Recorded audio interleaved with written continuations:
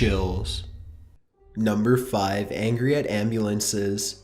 You can find a lot of videos scattered around the internet of people ranting while stuck in traffic, but not many of them have ever caused an entire state to go in a widespread panic. That's exactly what happened in January of this year when a man in Stoughton, Massachusetts found himself late to work and decided to start recording a long rant about it on his cell phone. Well, he probably wasn't the only person unhappy about being late that morning. The paranoid footage that came as a result was far beyond insane. The man, who is only known by a Twitter account screen name of Caesar, begins the video by instructing the viewer to quote-unquote, "Look who gets in front of me." The camera is pointing at an inconspicuous county ambulance as it drives ahead of him at a normal rate of speed. Even though there is nothing out of the ordinary about this ambulance, Caesar cannot hold back his rage in his voice as he goes on to explain how the police are systematically using emergency vehicles to harass him due to the color of his skin. In Caesar's mind, the ambulance workers are nothing more than racists who are working alongside the police in an effort to make him late to work out of spite. Caesar ends the video with a solemn promise to one day take a gun and quote-unquote, "kill one of these expletives, ya feel me?" He stops recording, but what he did next while off tape was even crazier. Caesar was so convinced of this massive conspiracy against him that he drove up to the ambulance and began screaming at them. According to one of the emergency medical technicians that was inside, Caesar was warning them to stop messing with him, and he also said he was going to shoot them. The ambulance drove away. No one was harmed, but they were understandably distraught. Later, police investigators did some sleuthing and found Caesar's Twitter account, which contained the traffic video that he had made earlier, along with some other online ramblings that seemed equally as threatening. While all of the hypothetical threats were too vague to technically be considered against the law, it was still alarming enough for officials to send a statewide police bulletin to all law enforcement warning them to be extra careful on that day. When police investigators went to Caesar's house and spoke to his wife in the kitchen, Caesar quickly made a new Twitter post, "Just joking, guys." He wrote shortly before making the account private, "He still remains among the public today." Go to work, look who gets in front of me. The police using emergency vehicle to put it like me. But a guy like me is gonna take a gun and kill one of these mothers keeping with me. I can't take them all, but I'm gonna take a few with me. Number 4, go outside please. In May of this year, John Ali Hoffman made a chilling 911 phone call to Hawaiian police. Multiple intruders had broken into his home in the middle of the night and shot his wife. He told the emergency dispatcher in disbelief. Police came roaring to his home property at 1:30 in the morning and spotted a mysterious car driving away with no headlights on. When they pulled the vehicle over, they were surprised to find the driver was none other than John Hoffman himself, with a gun in the passenger seat. Police quickly threw John in custody and began searching the car for any evidence. It did not take long for them to spot blood steadily dripping from inside of the trunk. Jammed inside was the dead body of Araceli, his wife, who had been shot in the head. A search of their home residence revealed the deceased bodies of their children, 7-year-old Clara Hoffman and 5-year-old John Hoffman Jr., both shot in the head and left to die in the bedroom and on the living room couch respectively. Shortly before committing these heinous acts, John posted something of interest online. Though video is unrelated to the family homicide per se, it does give viewers a morbidly fascinating glimpse into the inner workings of a man capable of slaughtering his entire family. The video starts out ordinarily enough. John Ali Hoffman sounds somewhat subdued as he says that he quote-unquote hopes everything is good out there. He introduces himself by full name and begins to explain at length about a garbage service that he started in 1998. It almost seems like an autobiography, until about 3 minutes later when his craziness begins to shine through. The entire time John is talking, his camera remains focused on his computer screen. There's a Microsoft Word document that is hundreds of pages long and contains thousands of name and tax property codes. These property tax codes are for properties that he remembers were given to him in a court case, he explains. And the names on his list are the judges and other city officials who he feels are denying him his due property. In other words, John is convinced that he is the legal owner of thousands of properties throughout the state of Hawaii. Only there's one problem. There's no court ruling in his favor. In fact, there's no court case at all. John completely hallucinated the entire judgment and now believes there is a conspiracy afoot that is preventing him from receiving the thousands of properties that he rightfully deserves. What he planned to do with the names is anyone's guess. If anything, he feels that these people are stalking him and making attempts on his life almost every day. He describes himself as a poor man trying to understand a greater conspiracy and seeking justice. He even likens himself to a castaway on an island. Throughout the video, he continues to show volumes of what he thinks to be supporting evidence, but what is actually little more than binders full of schizophrenic ramblings. It's quite sad and also quite terrifying. At one point, one of his children comes into the room and tries to compete with his father's delusions for attention. Instead of showing affection, John urgently tells the kid to go outside, anxiously adding, "Please." This simple interaction becomes all too haunting when you realize this is one of the two children who he would brutally execute later. You can also hear one of the children playing and laughing in the other room too, and a kid's show begins playing in the background for the entire time. Number 3. The Big Friendly Giant. Noah Harpham was 33 years old when he would make national headlines for giving Colorado Springs a horrifying Halloween that the area would never soon forget. The 6'5" recovering alcoholic describes himself as quote-unquote a big friendly giant on his dating profile for a popular meetup website. Although he had dabbed with substances in the past, Noah seemed to be on his path to recovery. His schedule was full of normal activities.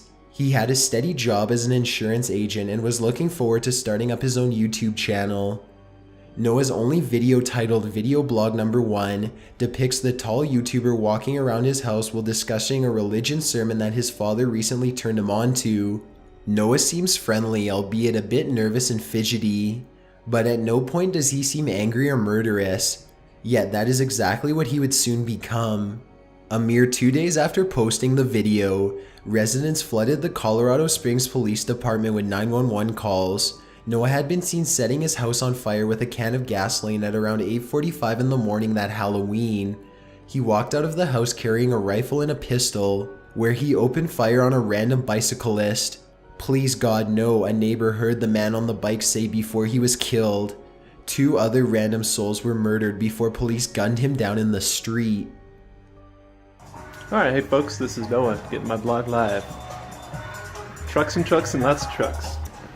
The blog is just going to be me with a video camera, and that'll be it. We'll see what happens.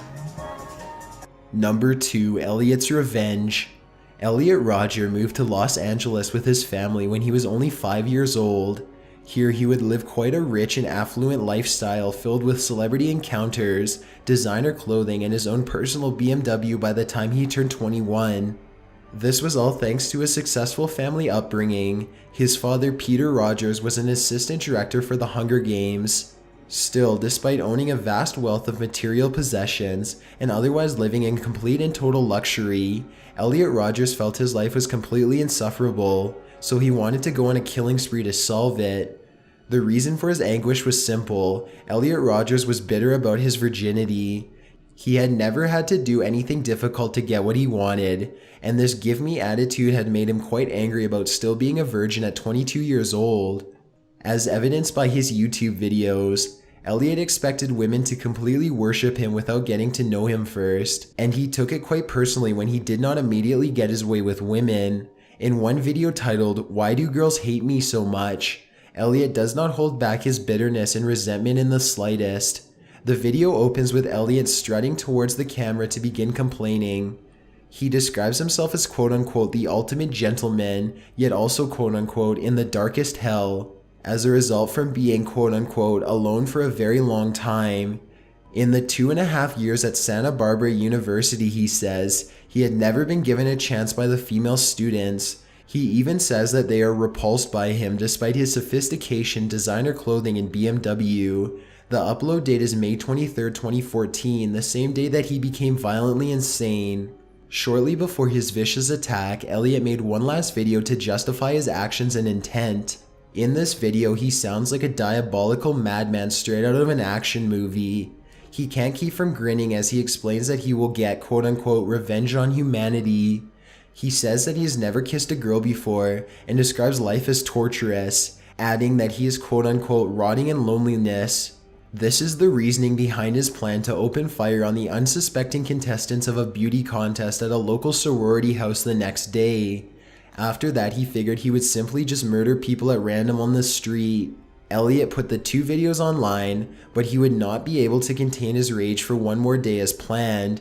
Instead, he exploded that night at his apartment, where he stabbed his 3 roommates to death. They were young men, 2 20-year-olds and 1 19-year-old. High on adrenaline and revenge now, Elliot took 2 handguns and went to a sorority house on the Santa Barbara campus. He banged on the door, but when no one answered, he shot up the house from across the street. 3 women were struck in the front yard, all 19 and 20 years of age. 2 of them perished. Roger hopped into his BMW and drove to a deli, where he shot a male student at random. He drove down the wrong side of the road while firing out of the window at pedestrians, then struck 2 bicyclists with his vehicle. His car was wrecked and his rampage was over. With a body sticking through his windshield, Rogers put a gun to his head and pulled the trigger. Dress nice. I'm sophisticated and magnificent. I have a nice car, a BMW. Well, it's nicer than 90% of the people at my college. You know, I'm polite. I'm the ultimate gentleman. These sunglasses here were $300. Giorgio Armani. Well, this is my last video. It all has to come to this. I don't know why you girls aren't attracted to me, but I will punish you all for it. Number 1. The Bjork Stalker. Ricardo Lopez was a pest exterminator in his 20s living in Georgia. Aside from killing bugs, the man lived all by himself and had very few hobbies. However, one obsession in particular kept him going strong day and night. He was the biggest fan of the Icelandic pop singer known as Bjork, and not in a healthy way at all. To Ricardo, Bjork was the epitome of innocence. She was the purest woman Ricardo had ever seen, and he constantly obsessed over the possibility of one day obtaining a real relationship with her. If she could only give him just one chance, he knew that he would make her fall in love with him, despite him being an overweight reclusive exterminator living in the deep south. One day, Ricardo's dreams were completely dashed after he read in a popular celebrity gossip magazine that Bjork had found a boyfriend to call her own. To make matters even worse, Ricardo was an open racist, and it infuriated him to no end that Bjork's new boyfriend was black. This was unacceptable to Ricardo, and he took it as a personal insult directed at him. This was a cruel joke planned by the 2 of them to make him feel like a fool, he felt. He also felt that Bjork should have known better than to do this to him, and he set about trying to decide on a good way to get back at her. The best way to get revenge on Bjork, the insane bug sprayer thought to himself, would be to somehow disfigure her so badly that no one would want her. If he couldn't have her, no one could. Maiming Bjork quickly became his new life goal. Despite being incredibly insane, Ricardo was also very crafty, and he began to spend all of his free time engineering a plan to make Bjork hideous enough to end her career. Ricardo paid a good deal of money to create a fake press release kit for a fictional publicity agency. The fake press release kit was a heavily laminated binder with an official-looking cover that appeared to be full of promotional papers for Bjork to review. What was really inside of it, however, was something insidious and evil.